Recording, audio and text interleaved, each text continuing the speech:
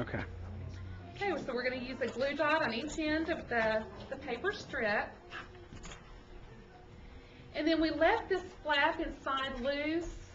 You can see that it's loose. I'm going to take that decorative strip, I'm going to put it inside, and I'm going to kind of eyeball where it needs to be. And I'm just going to make sure inside that when I let go, that flap is going to cover the end of it. Does that make sense? Just keeps everything nice and neat. And I'm just going to bring it around to the other side again. I'm going to kind of eyeball that it's in the center. I just want to make sure that it's in the center, down underneath that flap. And it is. And then you can kind of anchor everything up real firm for you. If you're more comfortable using a liquid glue, like in a glue pen, you're certainly welcome to do that. The glue dots just kind of go on there a little bit quicker for me. I tend to be a little bit of a messy crafter. And we're going to, when we put the flower on there, we have buttons and brads that you can choose from for your center. If you want to do a brad in the center, I would suggest on the flap that you wait on that last flap. That way you can put your brad in, and then you can cover up your brad with your last flap. But since I'm going to be using a button, I'm going to go ahead and anchor those inside flaps.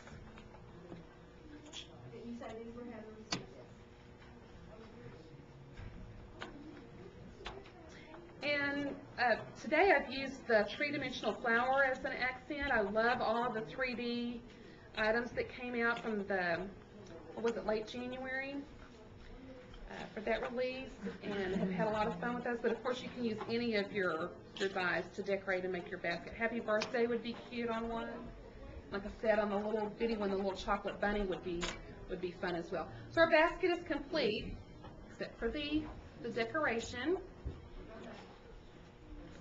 Do y'all have the 3D dies? Have y'all gotten some of those?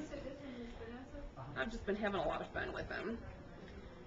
For those of you that do not have them, this is the, and I don't have that. This is the nesting flowers. You get 3 shapes of flowers. This is the medium flower. And what you would do, your revolution, you would lay down your, one of them is a cookie cutter and then one of them is foamed. You'd lay down your outside one, and then you'd lay down your one that pops it up, run it through, and you get this shape that has your dimension to it. And then you just run it through one time with the cookie cutter so that you have your background. And when you assemble these, you kind of have a little bit more versatility in that you can line your flowers up to give you that look, or you can kind of put your petals a little bit to the clockwise, and it gives you a different look. Lots of fun choices and things to do with those nesting flowers. Anyway, I'm just going to put another glue dot. For those of you that are doing shots with glue dots, that's one more shot for you. And anchor that, and then you'd pick your button or your brad. It's like 2 stick together.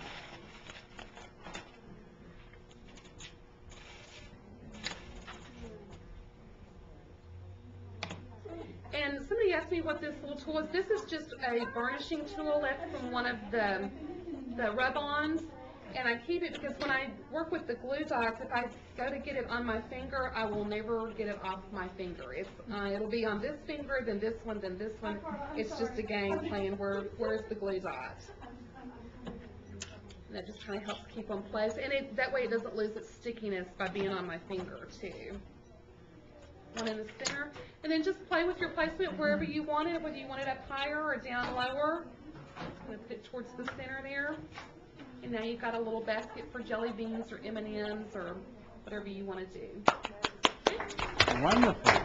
So, that's it. And if you were doing, that was the 6x6 square. If you wanted to make the small one, we do have some 3x3 squares.